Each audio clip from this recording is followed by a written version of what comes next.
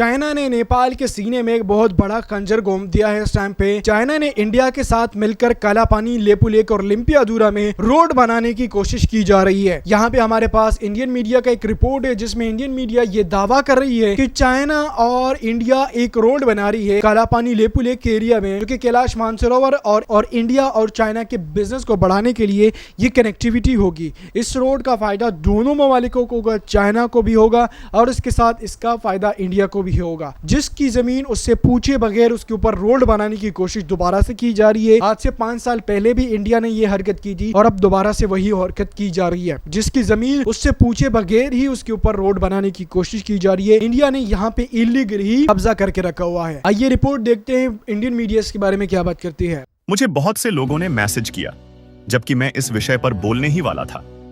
भारत और चीन द्वारा मिलकर लिपुलेख में सड़क बनाने के समझौते के बारे में मैंने समाचार सुना।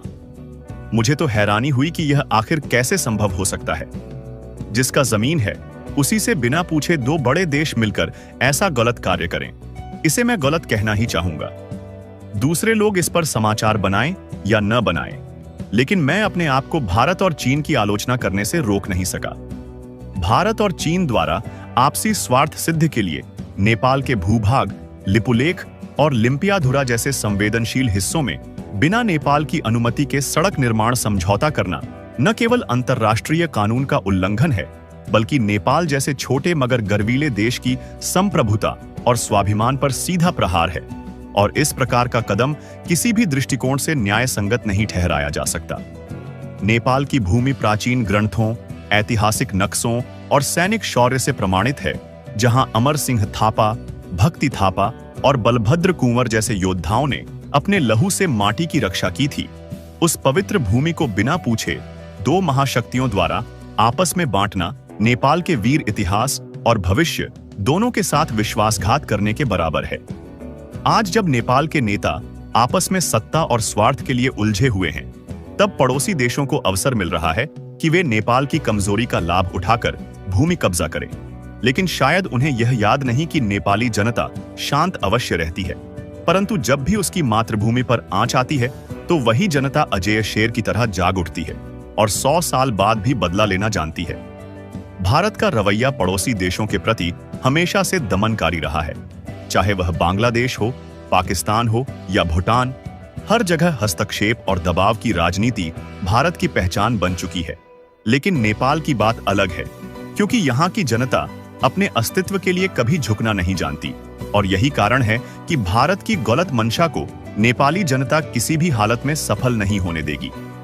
चीन, जिसे नेपाल अब तक सच्चा मित्र मानता आया था, यदि वही भी भारत की राह पर चलकर नेपाल की भूमि पर अन्यायपूर्ण समझौता करता है, तो नेपाली जनता यह स्पष्ट कर देना चाहती है कि मित्रता स्वार्थ से बड़ी होती है और यदि कोई मित्र भी विश्वासघात करे तो नेपाली उस विश्वासघात को कभी नहीं भूलेगा। इसलिए आज आवश्यकता है कि नेपाल सरकार केवल बयानबाजी से आगे बढ़कर ठोस कदम उठाए, चाहे वह भारत और चीन दोनों के साथ कूटनीतिक संवाद हो, अंतर्राष्ट्रीय मंचों पर यह मुद्दा उठाना हो या फिर साहस दिखाकर किसी भी भ्रमण को रद्द करना हो, ताकि विश्व को यह संदेश मिल सके कि नेपाल अपनी संप्रभुता पर किसी प्रकार का समझौता स्वीकार नहीं करेगा। नेपाली जनता का आत्मविश्वास अडिग है। हमें विश्वास है कि चाहे जितना समय लगे, चाहे कितनी कुर्बानी देनी पड़े, मगर नेपाल की भूमि, नेपाल की पहचान और उन्हों की स्वतंत्रता की रक्षा हर हाल में होगी, क्योंकि यह वही भूमि है जहां से निडर सैनिकों की पीढ़ियां जन्म लेती रही हैं और भविष्य में भी लेती रहेंगी। जय हिंद, जय नेपाल।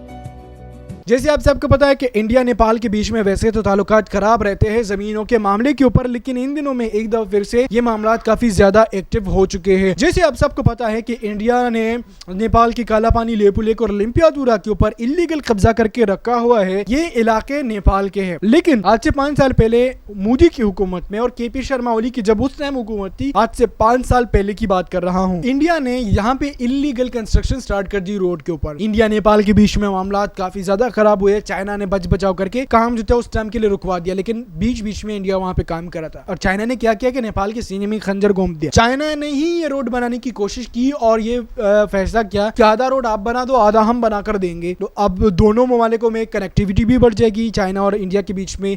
वैसे तो चाइना और इंडिया के बीच में कनेक्टिविटी है, लेकिन ये वो रोड है जो कि कैलाश मानसरोवर के लिए बनता है, जो कि शायद मेरे ख्याल से हिंदू लोगों का कोई मजहबी जगह है जहाँ पे आप जाके वहां पे जा सकते हैं। चाइना में है शायद, तिब्बत के साइड पे। इस रोड से एक कनेक्टिविटी तो वहां पे हो जाएगी, दूसरी कनेक्टिविटी दोनों ममालिकों के मार्केट्स में होगी। अब चाइनीज प्रोडक्ट इंडिया में और आसानी से आ सकती है और इंडियन प्रोडक्ट्स वहां पर जा सकती है।